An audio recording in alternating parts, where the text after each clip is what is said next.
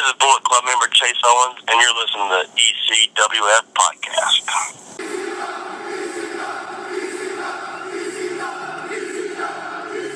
Get the F out. Alright, welcome to episode number 40 of the ECWF podcast. We will not get the F out, we put the F back in. I'm your host, Sean Bacon, coming to you from the Electric City, Scranton, Pennsylvania.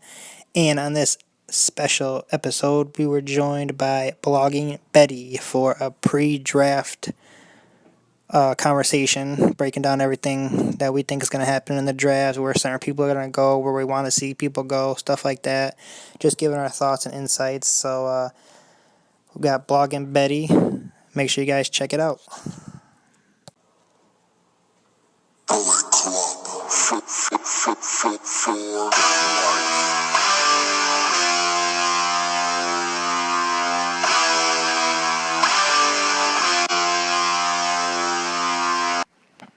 All right, back on the podcast here with Blogging Betty. I was thinking of like something like BB to call you or something, but You can call me Betty B. That's fine. Okay, I don't want to keep saying Blogging Betty the whole time, but it Yeah, yeah. You can either just say Betty or Betty B. That's fine. Sounds good. All right. We were just talking a couple seconds ago about what happened last night, and in your estimation, who is the WWE champion? Oh my God! Like I was just telling you, I watched that several times today, and I was like looking at every angle, and I was just thinking like, who could it be? Because it was so hard to tell. I thought it was Dean, honestly, by the way it looked. I thought it should have been Dean, but of course, Stephanie McMahon taking the reins and announcing Seth. I guess that's who our champion is until we find out for sure tonight. Now, see, I was reading that the referee had reviewed tape or something and then announced that Dean Ambrose is still the champion. Oh, really? I didn't even hear that. I mean, it might been wrong source, but I did read that somewhere today. I guess the referee, after Raw went off the air, he had reviewed the tape or something, and then he made the final decision to where Dean is still technically considered the champion, but like I said, I don't know how true that is, because tonight we get the rematch. So it'd be interesting to see if anybody walks down with the belt or if they just hold it up or what's going to happen. I mean, obviously, it's clear that this is a way to introduce two belts, but... Yeah, I think knowing Stephanie and getting her way all the time, I think Seth is going to be the one to walk down with the belt. So, but if he leaves with it after tonight is the question. Right. And anybody that's listened to this podcast before knows I'm a huge Seth Rollins fan, so I have no problem with that whatsoever. Yeah. But anyway, I want to talk about your blog real quick. And how long have you been doing it now? Well, this one, www.bloggingbetty.com, I've launched in April of this year, but as a whole in blogging, I've been doing it for 3 years. I had another wrestling blog that I launched in 2013, and that ran for a year, and then unfortunately life just happened, and I had to cut down on the internet, so I didn't have the internet for quite some time until like a couple of months ago, so then that's why I launched WWE Blogging Betty, because I absolutely love writing about WWE. It's my passion. I'm completely consumed by wrestling. So I've been, to answer your question in the short term, I've been blogging for 3 years, but with this particular blog, it's been about 2 to 3 months. Okay. So, I mean, this is an obvious question, but I mean, the name Blogging Betty, like, is that just something somebody gave to you or you came up with it, or? That's actually something I came up with, because I was just trying to think of different blog names that, didn't sound like everything else out there, like Wrestling News, Wrestling Source, Wrestling Inc. Nothing against them, of course, but I just didn't want it to sound like everything else. So this blog name was honestly the first one that popped in my mind. I was like, oh my God, that sounds amazing. Yeah, it so works, yeah. So I just ran with it, and that's how it came to be. Cool. Okay. Well, the reason I have Betty on today, I guess, whenever you're listening to this. Hopefully, it's right after as soon as we post it. But we're gonna talk about the WWE draft, and we were just talking a little bit about what happened last night. We'll obviously touch on that. I mean, you have to. But the main thing we want to talk about is go over the draft and kind of maybe give our predictions, or I know you had mentioned wanting to do kind of like a mock draft, but I mean I have a list here of eligible names. I mean we could do something, and we'll just Okay. kind of shoot from the hip, I guess. You know what I mean? Yeah, absolutely. I'm down. So as far as your WWE like fandom, how long have you been watching it? Like since you're a little kid, or? Oh, absolutely. Since I was like 5 years old. Nice. Yeah, I don't know if, well, you and I became friends on Facebook like a month ago, so, or like a month or two ago, so I don't know if you saw, but like my very first post that I did on WWE Blogging Betty was on Goldust's birthday, and Goldust was actually the first one that I saw as a kid that completely just captured my attention and had me mesmerized. So, he's like my all-time favorite because every time I see him, he brings out like that 5-year-old in me. So, yeah. So every time I see him, I feel like a little kid again. And of course, The Undertaker and Paul Bearer, like those were two other, very unique characters that captured my attention. So I've been a fan ever since I was a kid. And I will admit, like, life has happened, so there were times where I was not tuning into wrestling as much as maybe like yourself, maybe you followed it through your entire life. I personally had not, just because of life happening, but I've been like religiously into it since late 2012, so that I haven't missed, Raw, SmackDown, pay-per-views ever since. Yeah. Well, I also did take a little sabbatical, if you will. It was right around the time Shawn Michaels left. I think it was like 98, 99. And then he didn't come back till like 2001, 2002. So not because of Shawn Michaels, but I guess like you said, life happens, and it just so happened that it was the same time he was gone, and then it was so weird too because that's like not even that long of a time, like 3 or 4 years. I stopped watching kind of. Like I would always pay attention, but I wouldn't like watch it religiously like I have. And then when I started watching again, I had no idea what was going on or like who these people were, and like it's so weird. Like right. That's what I thought. I tuned in. I was like, oh, there's someone I recognize, but like a good majority of the roster is like, like it was just getting like reacclimated to everyone and everything again. But it was fun because then you create, new fandoms of different superstars that you've never seen before. And of course, some of them that like when I first started rewatching again religiously, like Wade Barrett and Ryback, they're not there anymore, but I still have wrestlers that are like since coming back in 2012 that I really liked are still there. So, and of course Goldust is still there doing his thing. So I'm stoked. Yeah, surprisingly, yeah. Yeah, he's kept himself relevant. You gotta give him that, even if whoever's listening is not the biggest Goldust fan or think whatever he's doing is with R-Truth is ridiculous. You got to give him props that he's staying relevant with the current audience. Absolutely. He has one of those characters, kind of like the Honky Tonk Man. Like it's never gonna die. Like regardless, he could always just throw the paint on and he's good to go. Absolutely, I completely agree. Okay, so we could let's start with the draft talk. I don't know where to start, but I'm good. Let's the rules. We can start with that. Just go over it real quick. Raw has the first overall pick for whatever reason. I don't know why. But since SmackDown is 2 hours and Raw is 3 hours, SmackDown gets 2 picks and Raw receives 3 picks, which again makes no sense, but okay. And then tag teams count as 1 pick unless the commissioner or general manager specifically only wants 1 member of the team.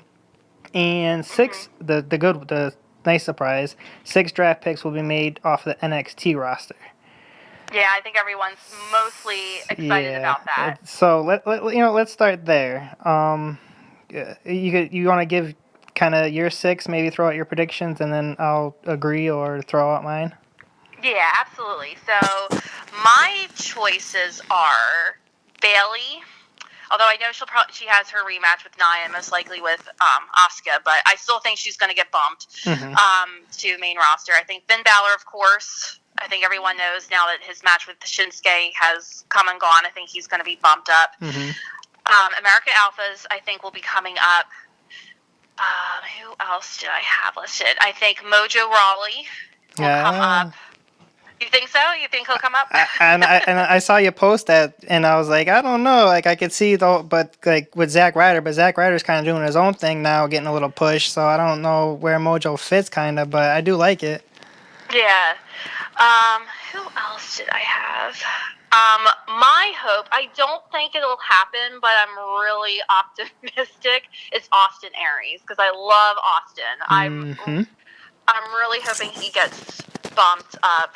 And do I have one more? Who else did I have? 2, 3, 4, 5. I feel like there was... Oh, Carmella, which I know may be like an underdog type pick, but I think she's going to come up. Whether she joins Enzo and Cass, I don't know, but I have a feeling she'll be bumped up. Yeah, I think the thing with her, why she didn't come up with Enzo and Cass, and this was shown on Breaking Ground on the WWE Network. That's a free plug that I didn't get paid for, by the way. But on Breaking Ground, they said that the reason that she wasn't going up with them is because they still have plans for her in NXT, and the real reason I think is because she still does need some more seasoning. I mean, she's improved by leaps and bounds in the ring, but she could definitely still use some work. So I think I could see I agree with almost all of them. I mean, they're all great picks, and like I said, I don't the Mojo Rawley thing. I mean, I just don't see where he fits in. I mean, obviously SmackDown gives new opportunities to different people, but the interesting one that you said was Austin Aries, because I'm a huge fan of his, and I just feel like, and I posted this a couple days ago, that I just feel like he's miscast, and there was the rumor going around that he missed the tapings, and they just don't know what to do with him. And then but he tweeted out like, I didn't miss the tapings, and I'm still scheduled to blah blah blah. Like, he just killed all the rumors. So yeah, but he because he has that feud with No Way Jose, and No Way Jose had cut a promo during the NXT tapings about him, so if he didn't no-show, they wouldn't bring his name up like that and continue the program. But it is interesting that if he does get called up, he's another one. Like, where does he fit in? I could see, because like I said, he had that, to start off, he had the feud with Baron Corbin, and then that kind of was like, eh. And then he had the match with Shinsuke, and obviously with Shinsuke Nakamura, any match he could wrestle a broom is going to be good. But that was good. Not as good as Sami Zayn, obviously. But and then now he's with the program on No Way Jose, and it just feels like, I don't know if it's the crowd doesn't know like how to react to him. Like, obviously his name's going to get him by, but I just think at this point he needs like something else. And I compare it to what a lot of the NXT call-ups too, to the main roster have been like duds, if you will, because like Baron Corbin and stuff like that, the vaudevillains, and it just I feel like they obviously Triple H is NXT, but then once they leave there, it's like, you know what I mean? No, I completely agree, because like, look at how big like the Ascension was in NXT. Neville was NXT champion, and then he came on to Raw and SmackDown, and he barely spoke. You know, like I mean, I know he's out with injury now, but like I was like really disappointed on like how he's been utilized on the main roster, because he's such a big talent. You know, it's been unfortunate. Same with the Ascension. Like, I mean, I think like the first time we saw him in a long time was like the Battle Royal to face Miz. It's been a while since we've seen them. So yeah, I completely agree. Like, they do so well in NXT, and then when they get bumped up, some of them, not all of them, but some of them just kind of fade to the sidelines, and it's really disappointing. So I'm hoping like Austin, I hope he doesn't, like, I hope they do something with him if they bump him up. But like, like Mojo, I can see like kind of fading to the side as well, because I mean, he's kind of like that in NXT, even though he's like somewhat popular. He's not like a Kevin Owens or a Shinsuke, you know what I mean? Like, he's not really popular. But That's another thing too with all these NXT call-ups. Like if they do bring up Finn or Shin and then an Austin Aries, a Ty Dillinger, American Alpha, stuff like that, Bailey, like who replaces them? Like what's NXT gonna look like after the draft? That's like another interesting question to throw out there.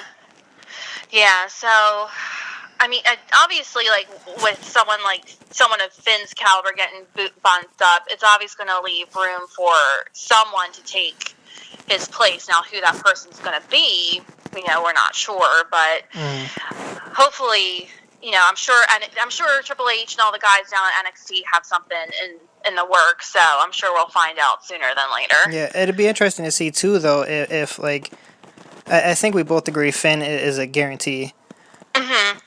Shinsuke, he is fighting Joe for the title, so maybe not. I mean, go ahead.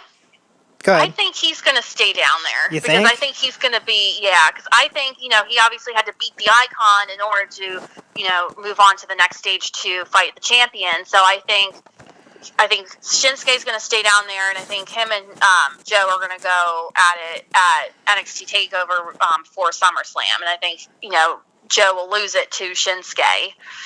And then maybe we'll have Joe come up around SummerSlam. But I think Shinsuke is going to stay down on NXT for a little bit. Yeah, I could see that too. And that's interesting too because obviously Finn Balor is the face of NXT down there, but how do you justify taking him over somebody who's the NXT champion? Mm-hmm. Yeah, I know.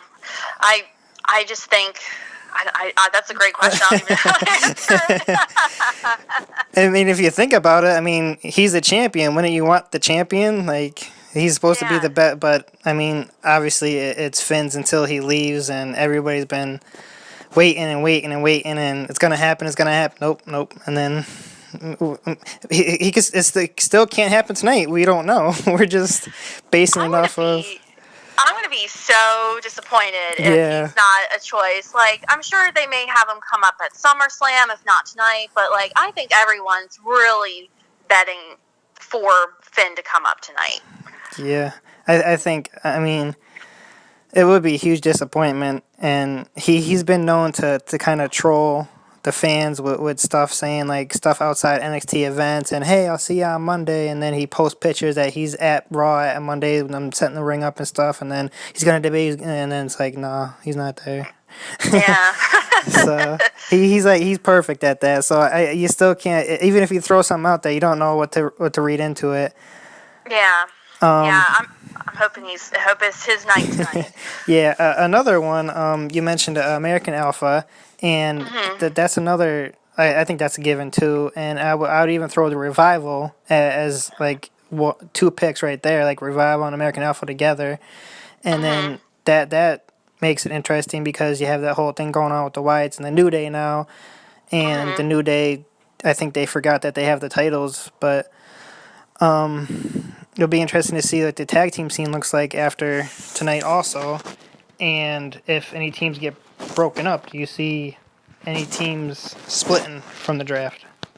I do. I think that the Wyatt family is going to get split up, even though they have their match at Battleground. I think Bray and Braun are going to stay on Raw, and I know Luke Harper is out on injury, but I think him, although he wasn't even on this list, but I'm still counting him in. Yeah.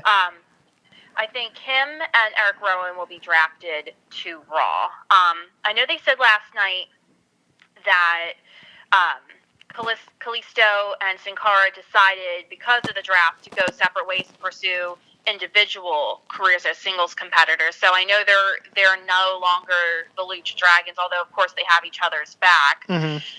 But I think out of all the tag teams, I think that's the only one that I really think.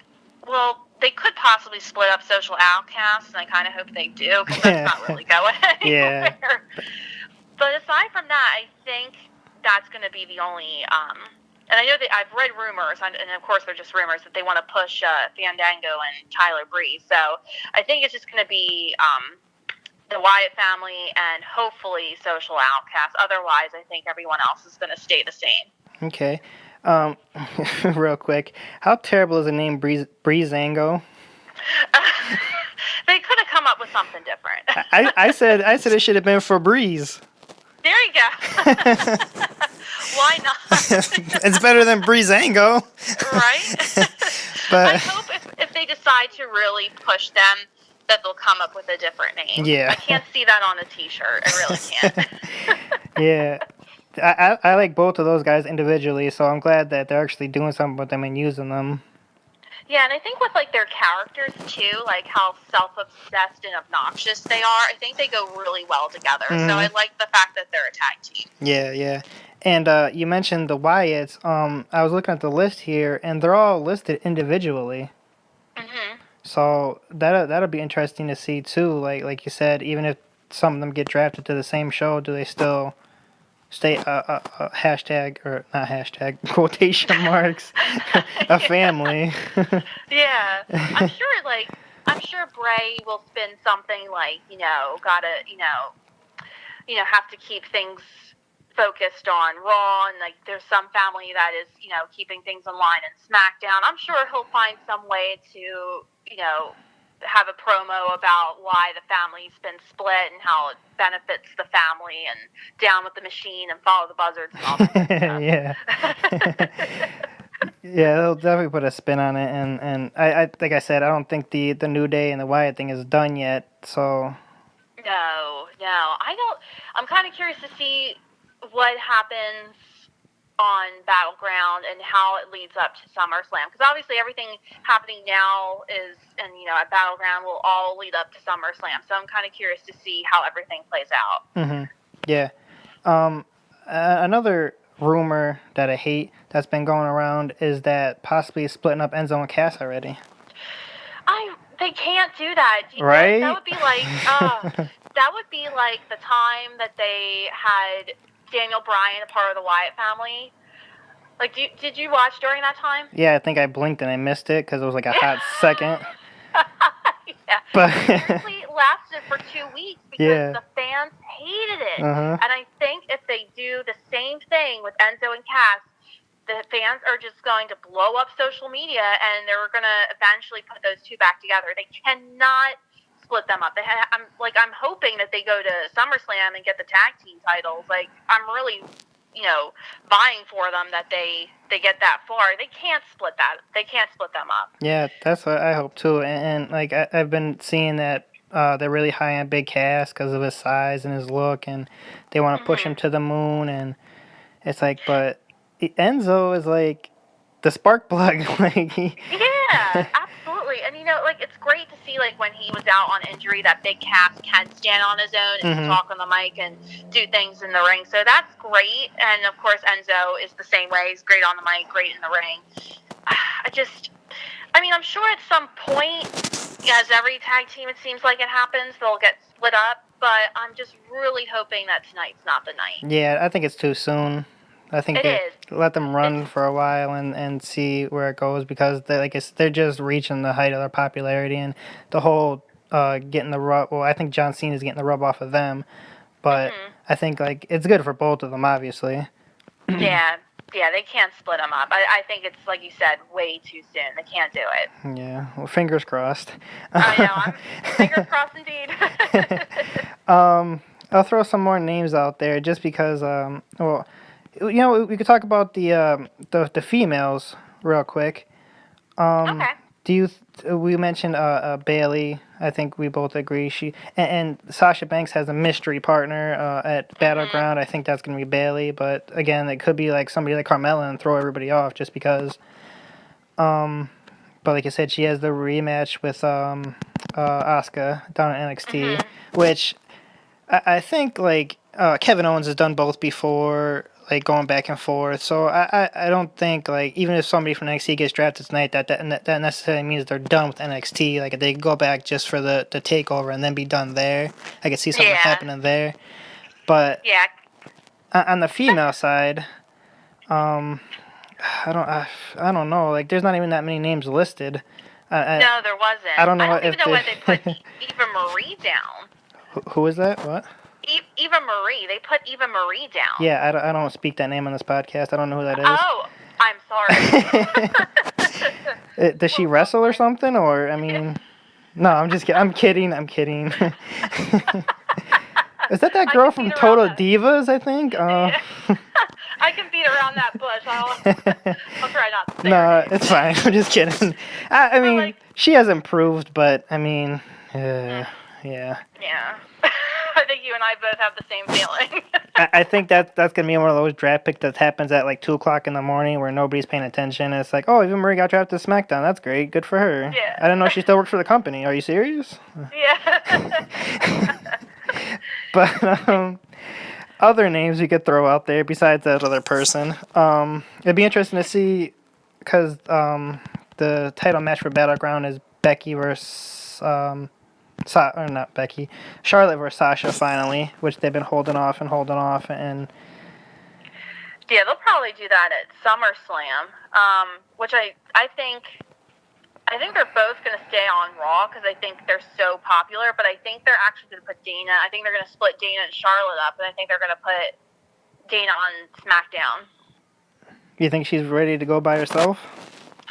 I think they're going to try and do I think they're going to just mix it up a little bit and kind of separate Charlotte from her protege, as Dana's called. I do think Dana is ready to go on her own though, because when they first brought her up, I was like, I don't know. And then the more I had seen her wrestle in the ring, I've actually started to grow and like her. So I think she is ready to go on her own. I don't think she needs to stand behind Charlotte to shine. But I think she's doing a pretty good job on her own. Yeah, well, originally she got brought up with Emma because they were great in NXT together, and they were worked off each other so well. And then unfortunately Emma got hurt a week or two later, and then they didn't know what to do with Dana, so it was like, well, I guess you could go with her. And then Ric Flair got kicked to the curb, unfortunately. But yeah, she's not even on this list, Emma. There's some people that are not even on this list, and I'm like, with what the injuries, world? for some reason. Yeah, but they have Naomi, but she's out on injury. But they don't have Nikki. Yeah, Nikki Bella. Yeah, and I don't know if that's a thing where they don't know, if she is coming back or what's going on, because, I mean, her sister's done now, so, I mean, what are the Bella twins now? It's like, anytime you see her, you're going to think of the other one? I don't know. But you know what's also odd? They have Brock Lesnar on here, who's not a full-time wrestler, but they don't have The Undertaker. Yeah. You know what I mean? I don't know. It's so odd. Yeah. I don't Another one too was The Rock wasn't on there either, and that's interesting to see. I mean, again, I don't think if you're sitting there in a realistic draft and you're am I gonna pick somebody who's gonna wrestle once a year? No, I want to pick somebody who's gonna be there all the time. So I mean, maybe that's something behind it. But another interesting name on the list was they do have Roman Reigns listed, and his suspension, if my math is right, which it probably isn't, but I think his suspension is up this Thursday or Friday, right before the pay-per-view. It worked out magically. Yeah. But it'd be interesting to see, obviously his name will probably get brought up. I mean, they haven't been shy about doing that, but does he get drafted? I think he will. I mean, I think he'll he'll get moved to SmackDown because I know, the Authority and Stephanie McMahon aren't real big on, or I guess the Authority is not really a thing anymore, but Stephanie McMahon I know is not really a big fan of him. And of course, he's still a part of the triple threat match at Battlegrounds. But I kind of wonder, you kind of bring up a good point, if, for example, the tag team Shining Stars, who have had, 2 matches since they repackaged them the 3rd time. What if no one wants them? What do you do? You can't, is that, you're releasing them from the company? I mean, you know what I mean? I just don't know what's going to happen, because, I mean, these Shining Stars, who've only had 3 matches or 2 matches, they don't really stand out to anyone. Yeah, I didn't know about them until you just said their name. I didn't even see their name on this list. And that's not even trying to, I'm not even trying to be funny about it. Seriously, I remember they did all those vignettes for, a month maybe, and then I was like, all right, yeah, this could be interesting. And I'm like, well, wait, maybe Carlito, that'd be great. Come back with them. No, it was just some random match against some local jobbers, and it didn't go over at all. And now I haven't seen them again. So that's another one. I think that'd be another Eva Marie type thing. 2 o'clock in the morning. Oh, they got drafted to Raw. Okay, that's great. What does that mean? Nothing. But and another name you mentioned before too, the Social Outcast. Like I think.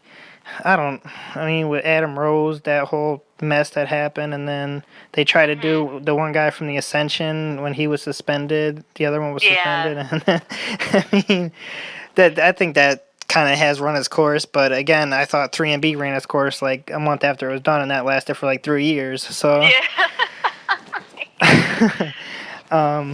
Yeah, it'd be interesting to see that. Another name I wanted to ask, and I'm a huge fan of, is Paige. Like, well, not even like draft wise, but just like, can they do something with her, please? I know. She's been like, I know she had like a couple matches with like Dana Brooke and Charlotte, but it seemed like she was on fire for a bit, and then, then the new, like Sasha and Charlotte and Becky then came up, and it seemed to be all about them, and now it's really focusing on Sasha. The thing that like drives me nuts though with like Paige, who I do really like. I really do like her style and her persona in the ring and everything, but when she first got brought up, like it seemed like every match, like every women's match for a year was Paige versus Nikki or Paige versus Natalia or Paige versus Brie Bella. It was like it drove me nuts. So I had my fill of Paige, but I am happy to see her come out again when they do bring her out. But I just hope they don't do that with any of the other girls. Yeah. I still think she'll get picked for Raw. I think she's like one of the more popular girls on the roster, so I think she's probably gonna. I think Stephanie McMahon will pick her. Yeah, it'd be interesting to see because, like you said, like she did have her kind of run through the division, and then it was like, okay, well, you had your turn. Now like it was Natalia's turn, and then now it's somebody else's turn. Like, interesting too that you really like her because a badass chick with tattoos. Like, what a surprise! You like no. Yeah, I do like her persona. I think it's good to have, because there's girls out there that don't identify with someone like blonde and tan like Summer Rae. They identify with someone who is pale and is different and wears all blue. So that Paige, that we have Paige because there's a lot of girls, and I've seen on social media a lot of girls that can really identify with her. So I really do like her. Mm-hmm. What a surprise! No, just if nobody has ever seen Betty before, she does have badass tattoos, and she looks like a mean chick sometimes. So. Oh no! Not in a bad way, but. Yeah, I know. I'm sure you probably. I know that's coming from a good place inside. So. Yes, a happy place. Yeah. Yeah, I'm sure if someone saw me walking down the street and I wasn't saying anything, I was just paying my own attention and just walking, I'm sure someone would think the same thing, so. Yeah. I've been told that before. Cool. Okay, we'll throw some more names out there. How about the GMs? What do you think about that? Oh, you know what? I loved Daniel Bryan. I that wasn't a surprise really because I knew that rumor was like floating around right. since the draft had been announced. But I still loved the pick, because he still is an underdog, and fans love him and identify with him. So I think he was a great pick. Mick, I do like as a choice for GM, but I'm surprised Stephanie went that route. I really thought she would pick someone that's conniving and vindictive and, sneaky and slithery and, her husband. What'd you say? Her husband? Yeah, exactly. Her husband. Like, that would have been the perfect choice, but I guess because he's doing NXT, now she had to pick someone else. But, because I was, like, pretty sure about Daniel Bryan, but I was like, who in the world for Raw? Yeah. And, she went that route, which I really do like. I'm just surprised she went that route, but I think it balances it out because Mick's so loved by everyone in the WWE universe. So I think it balances Yeah. meanness with his, his fun, charming demeanor. So, but I do like him, and I loved watching him as GM, growing up when he was GM on Raw. So, I'm excited to see what he does. Yeah, I think, like you said, the Daniel Bryan thing got leaked, and I think that might have been intentional, just so people tune in to Raw. Just my opinion, but it got leaked out by them on the app or the WWE.com or something like that, and then they took it down real quick. But it was already out there. So, but yeah, the Mick Foley thing completely caught me off surprise because I thought it was gonna be Triple H because the way Raw ended the previous week, she had said there's only one game or something like that in town or something like hinting at, and then and then when Shane was last night saying, "Oh well, somebody more popular than Mick," I was like, I mean, there's only like Stone Cold, The Rock, maybe possibly, and then I was like, oh, obviously it's Daniel Bryan, but Yeah.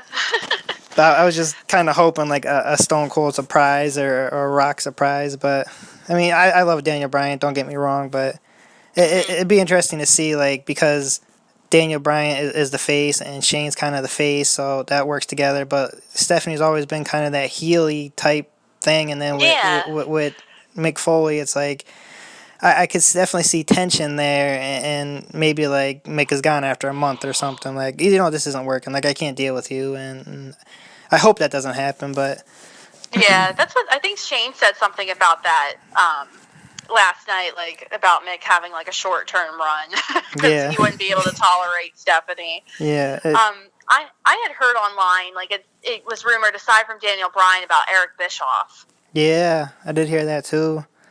I would have loved to have seen him as GM. I think I was kind of hoping she would go that route, and he even teased it on Twitter, and I was like, "Come on, let it be Eric." But yeah, unfortunately, it was not. But Nick's still a good choice. Oh, definitely. Because Eric Bischoff just had the DVD. Really, I don't even know if people still buy DVDs, but his movie, I guess you call it.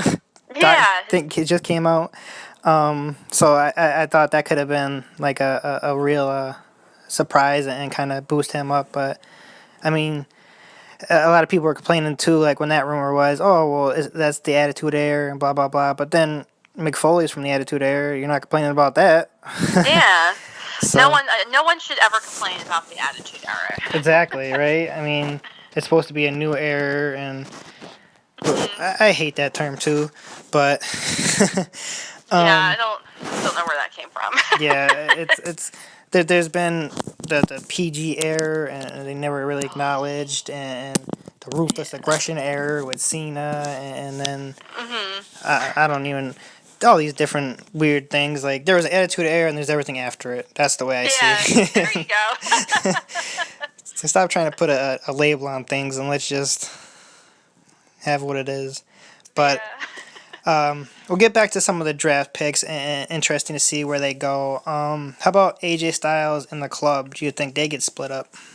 I do. I think they're going to keep AJ on Raw, and I think they're going to move Gallows and Anderson to SmackDown. That's it. You know what? I agree 100%, and that's very interesting because if we think what happens with Finn coming up, does Finn go with the Club, or how does that I didn't even think about that. But you know what? The Gallows and Anderson are heels, and Finn's like he's a huge face. I don't know if he can. I think he's kind of like John Cena. Although I would still hope for this day, I don't think you can turn Finn heel. Yeah. Same with John Cena. I don't think you're going to be able to turn him heel because he's so well loved by everyone. That's the thing too, though. Like with face and heel, like it's cool to cheer the bad guy. It always has been. So even if like you're a bad guy, people want to cheer you because you're cool, like Kevin Owens, like Seth Rollins. But then like if you're supposed to be the baby face, you get booed because that Roman Reigns. But it's just like my point is it's cool to boo the bad guy, and the face kind of gets booed for being the face, if nothing else. So, but Finn Balor is a guy that I don't think it doesn't matter what he does. If they try to turn him heel, it's not going to work because fans are going to cheer him just because of the character. Yeah, I agree. I don't think they can turn him heel. But it was kind of like how when AJ first came, and then the Club, like Anderson and Gallows came, like you could tell off the bat that Gallows and Anderson were bad guys, and AJ was face, and then, it looked like, they were going to go their separate ways, which they did, and then, all of a sudden AJ turned, and I wasn't sure how he would be as a heel, but I actually really like him as a heel. I like him as both. It doesn't matter, but I think he surprised me. I think he's a good heel. Yep. Yeah, all his New Japan stuff, he was a heel over there with the Bullet Club. And that's another name. I hate the Club. Like, you can't come up with something better than the Club. Like, yeah. Whatever. I mean, who am I to judge? But some of these names, Breezango, the Club, like, somebody must be just like throwing darts, and Vince is like, that's funny. Yeah, I like that one. Like, just to get himself off, I think, sometimes. But some of the other names I will throw out there. How about Demon Kane? Did you see that one? I did. That's interesting. I think he'll probably go to SmackDown because I don't think Stephanie likes him after like his role as chief of operations. I don't think she's real thrilled on him. Director of operations. Director of operations. I think he'll go to SmackDown, and of course, with him and Bryan being former tag team champions, probably he'll go that way. Yeah, that'd be an interesting dynamic there. Yeah, I could definitely see that working. And a couple of these guys, I think they're like package deals, like Darren Young with Bob Backlund, Miz with Maurice, and Rusev with Lana. I'm pretty sure that could be split up, but I'm pretty sure they are package deals. Do you hear that too? Yeah, I know, Miz was saying yesterday on Raw that his quote-unquote lawyer made sure that him and Maurice were a package deal because they're not going to be separated. But it would be interesting to see. I don't think Darren Young and Bob Backlund, would be parted just yet because, they just brought him in, last Monday, So I think they're going to keep those two together. I think it'd be really interesting to see if they split up Rusev and Lana, which I kind of hope because I think that they milked that for all it's worth. Well, yeah, I mean, when they tried to do it before, they just said, oh, guess what, we're engaged in real life, so screw you. And they had to drop that whole thing. Yeah, but I really like in NXT, when we first were introduced to Lana, we didn't know who she was, and then we realized she was his manager, and I thought that was cool, and she controlled him when she told him to crush, and I thought that was really cool. And then when their real life came into their professional life, and then they did the whole fiance thing, I was like, ugh, I didn't like it. It just kind of ruined it for me. So it would be cool and keep things fresh if they split those two up, but they may be like a Miz and Maurice where they're a package deal. Yeah, I mean that makes sense, but that's another thing. I can't understand the whole Darren Young Bob Backlund thing. Like, when they were doing those talking segments, it made no sense to me whatsoever. I didn't know what was going on. I was so confused. And if Roman Reigns gets popped for whatever he got popped for, why isn't Bob Backlund getting tested? I mean, that's terrible. I think that's Bob Backlund, though. It's like he's just just fired up all the time. If it's an act, I mean, God bless him, because he has everybody fooled. But if not, I mean, he has to be under the influence of some kind of hallucinogen or some. I mean, there's no way somebody could just act like that. You never know, though. I would like to think not, but he's definitely on a split, he is out there. I mean, God bless him.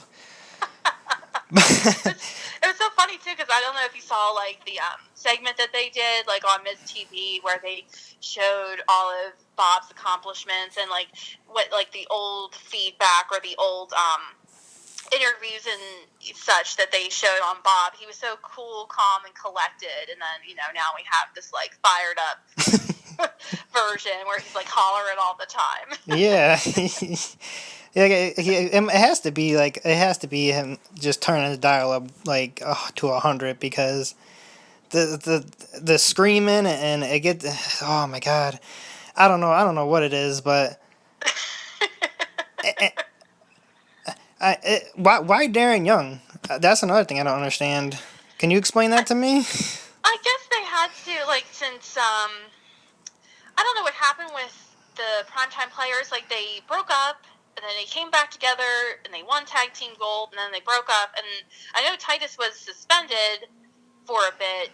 And Oh, that's a then whole nother story. I know, and then like Darren Young just kind of like fell off the face of the earth. So I think they kind of like obviously repackaged them as single competitors. So I think they just kind of threw in Bob Backlund as a life coach, trying to get Darren Young quote unquote great again. So I guess it's just their way of repackaging Darren Young.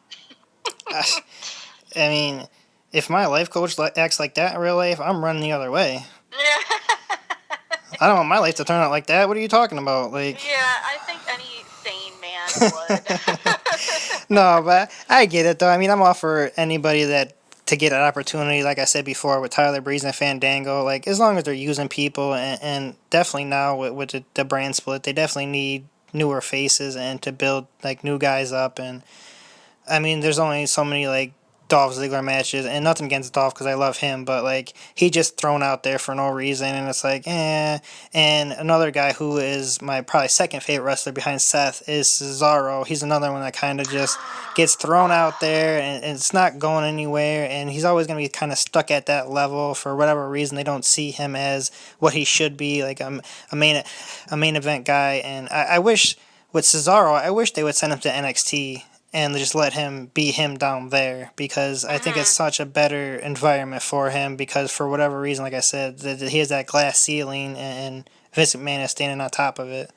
Yeah, I love Cesaro too. He's definitely one of my favorites also, and I'm always rooting for him. And every opportunity for a title, he's always my pick, like to win it. And of course, he never wins it. And it is very discouraging when you see people like Cesaro and even like Curtis Axel. Like I don't know how you feel about him, but like he was great when they first brought him, like with Paul Heyman, and he got the Intercontinental Championship like his dad, and they really were doing like a really good job with like the better than perfect angle, and then it just seemed to fizzle out, and then they put him with Ryback, and then then they put him with the Social Outcasts, and I think they need to not repackage Primo and Epico for the fifth time. I think we need to focus on like Curtis Axel or maybe even Dolph Ziggler. I mean, something to give him a better push, but yeah, it is discouraging, to see like some of your favorites not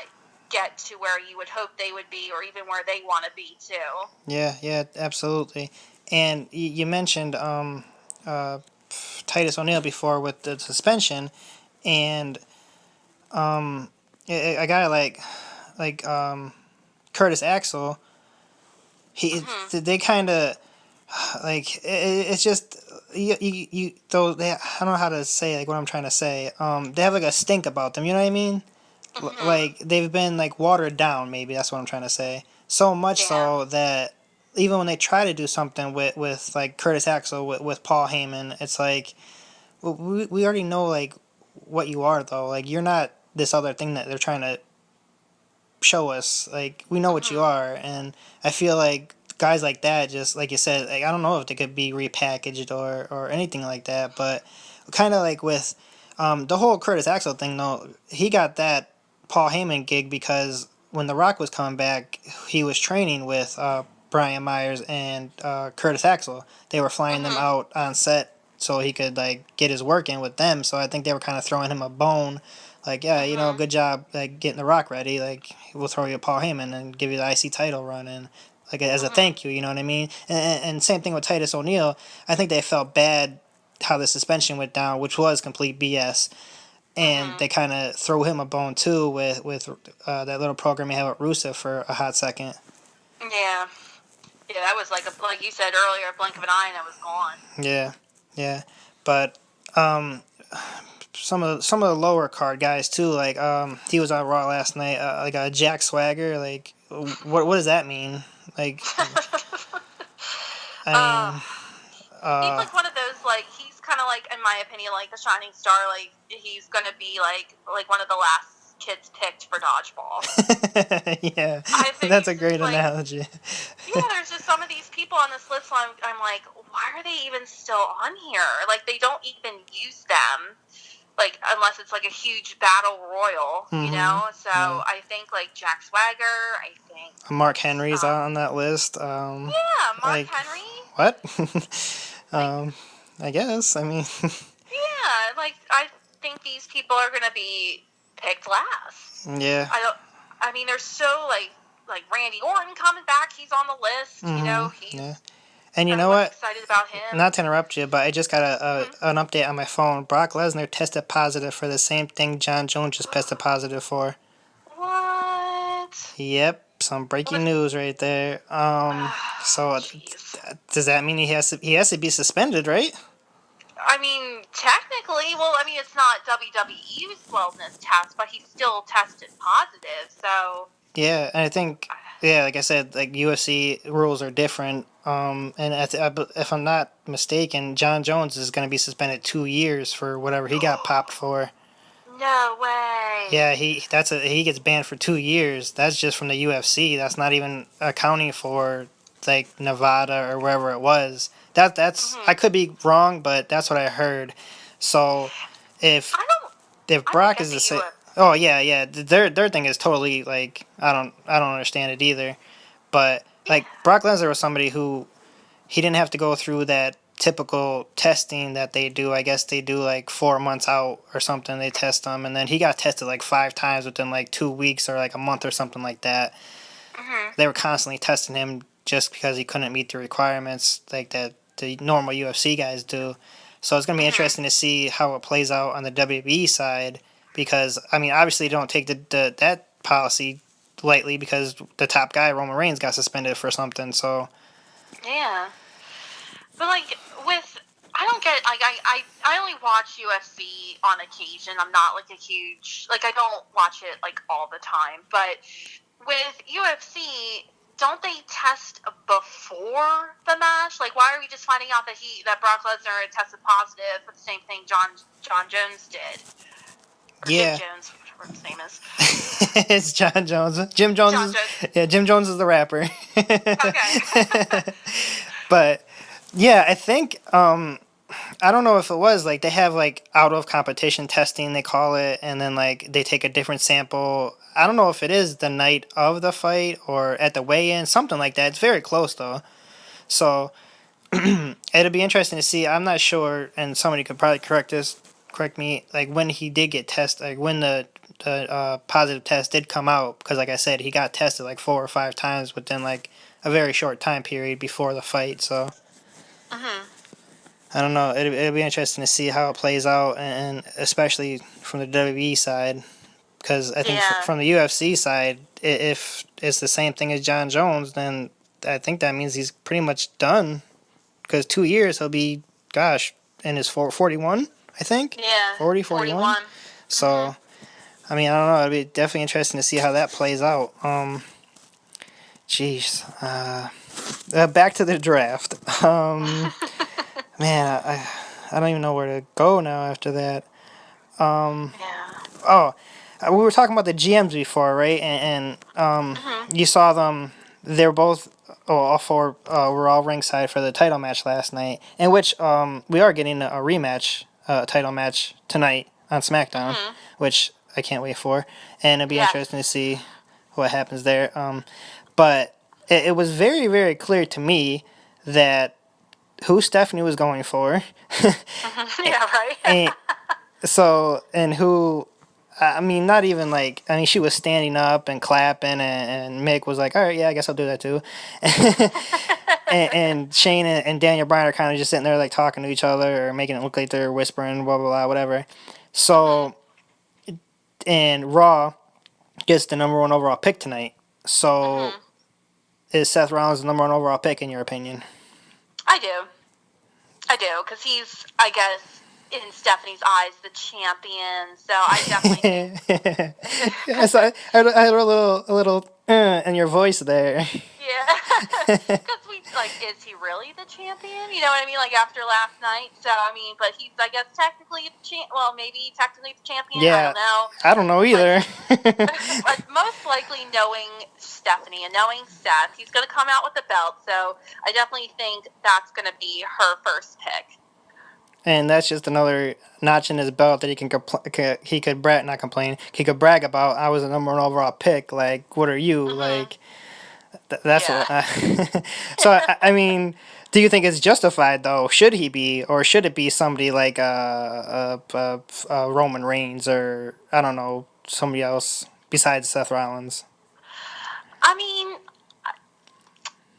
thinking of Stephanie and her mindset, I think, you know, they always want to do what's best for business in their eyes. So I think, you know, whoever has the gold around their waist, not you know, with the exception of Dean, because I know she hates Dean. So I don't even before Seth got the belt, I don't think she would have picked Dean anyway. But I definitely think, with Seth being the champion, I definitely think that would be her first pick. If he didn't win, maybe Randy Orton, because I know they were affiliated together with the Authority. So if not Seth, then I would have said Randy Orton as her first choice. I was gonna throw out John Cena just because it's John Cena, but yeah, well, I definitely have him pinned for Raw as well. So I definitely think he'll be in the top 5 choices. Yeah.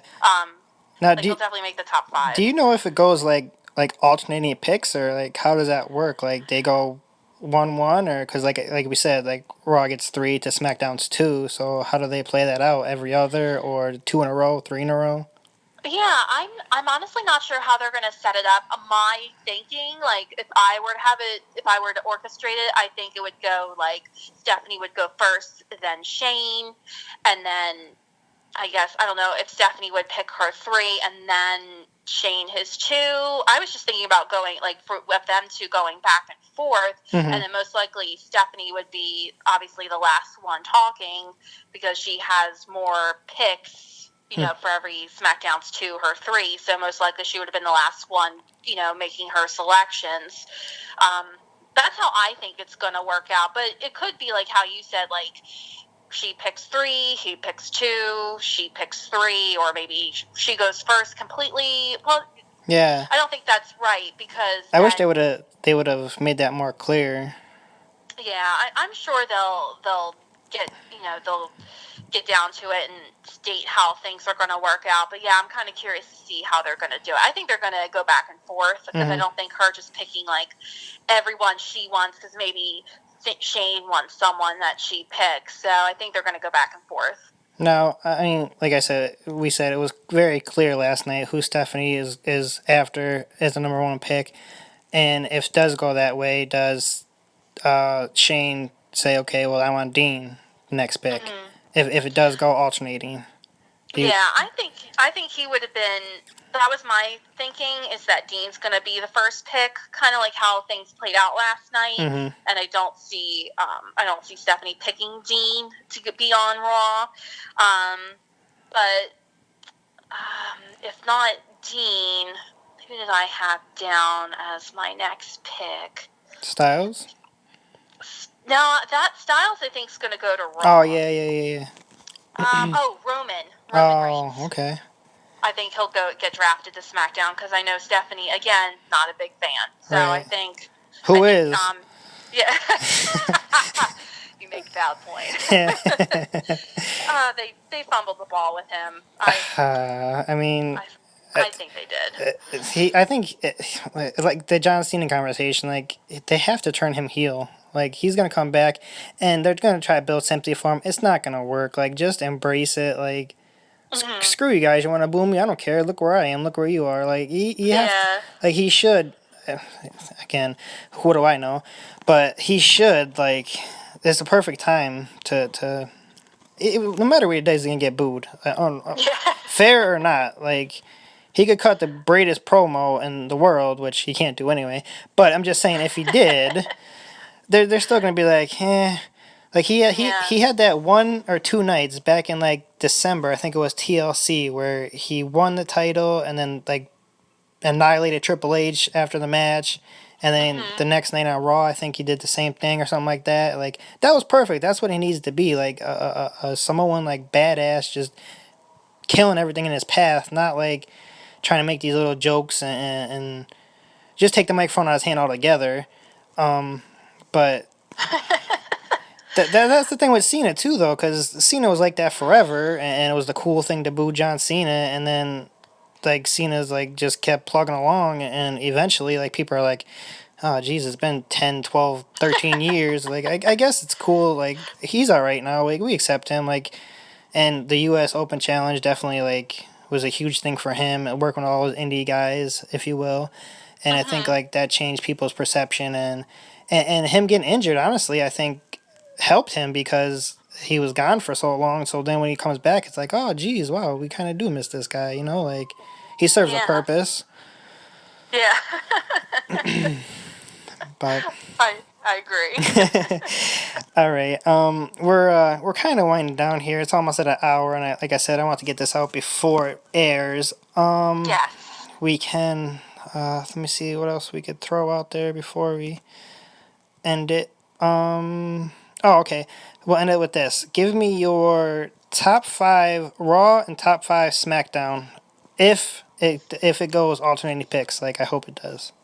Okay, so Seth Rollins will be the first for Raw, and then Dean Ambrose will be the first for SmackDown. I agree, by the way. I think Randy will be the second choice, and I think Roman would be the second choice for SmackDown. Let's see. AJ Styles for Raw, and let's see here.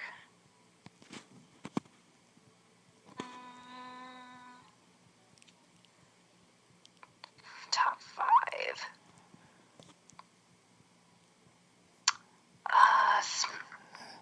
I wish I had Jeopardy music. Yeah, right?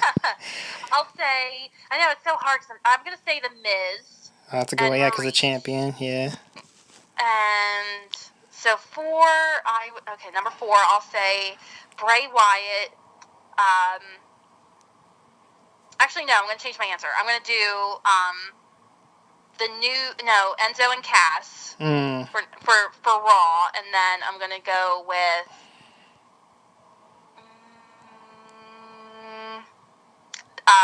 Dolph Ziggler for SmackDown. Oh, wow, that's high for Dolph. Yeah, and I'm sure in his eyes he's number 1, but unfortunately a lot of people in WWE don't think so. Yeah.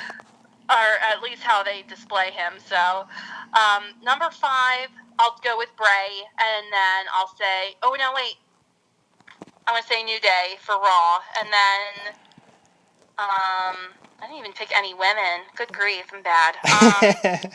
Or NXT people. Oh, yeah, I didn't even pick the NXT. I'm, like, forgetting everyone. I even have them right in front of me. I'll say Bayley for SmackDown. Oh, good. I like it. I agree for most of it. I think the top guys on Raw is gonna be Seth, Cena, Enzo and Cass. That's 3. I'm gonna throw out Finn Balor as 4. And I'm gonna throw out Charlotte as 5. Just because I think, and that's another thing we didn't even talk about, is Raw's gonna get just the cruiserweights too. So that's gonna be interesting to see how that shapes out. I think that definitely affects like the Kalisto and Sin Cara type thing and stuff like that. But and just to end it, the top 5 I have for SmackDown would be Dean Ambrose number 1, like we said. AJ Styles number 2. Okay. Shinsuke Nakamura 3. Okay. And I'm gonna put the New Day at is that 3 or 4? I don't know. That's That's Well, let's 4 count. now. 4. We have one more. And then 5, I'm going to throw in a wild card, and I'll say Randy Orton. Randy Orton, okay. Yeah. All right, I like it. So, notice I didn't mention Roman Reigns Yes. at all, because Roman Reigns, that's why. No, but it's definitely going to be interesting to see, and I know we're both going to be watching, and I encourage everybody, if they listen to this on time, to join us in the Facebook group page. We'll be having a SmackDown thread, and I tried it last night with Raw. It lasted for about an hour or so. So we'll see. Hopefully, it does better tonight. Yeah, I saw you post on there like, this did not turn out how I thought. I was like, oh boy. Yeah, but maybe we'll try it again and see what happens. If it's just me talking to myself again, I'll shut it down again. Hopefully not, though. But Betty, this was fun, and Yeah. I enjoyed it. I hope you liked it too. Oh, absolutely. I had a blast. Yeah, definitely. Me too.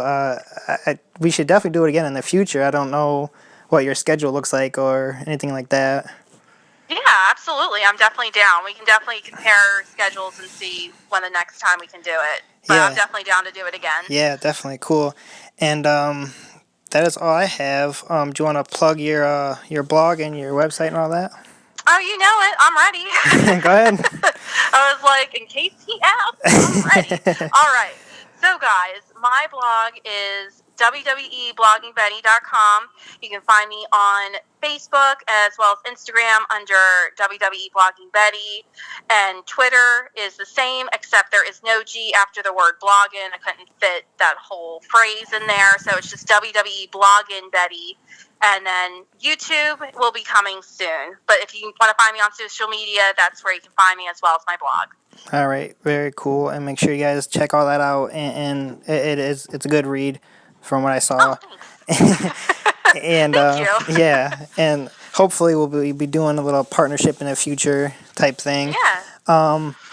But my stuff is on Facebook, YouTube, Twitter, and iTunes. Electric City Wrestling Fans on iTunes and YouTube. Make sure you subscribe to both, please.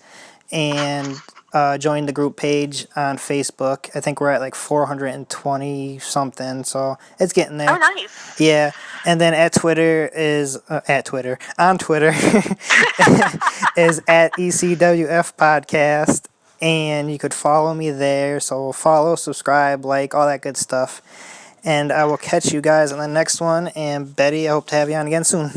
Absolutely. Thank you for having me. I had a lot of fun. All right. Ladies and gentlemen, welcome to the Bullet Club. We own the wrestling world. Amatonga.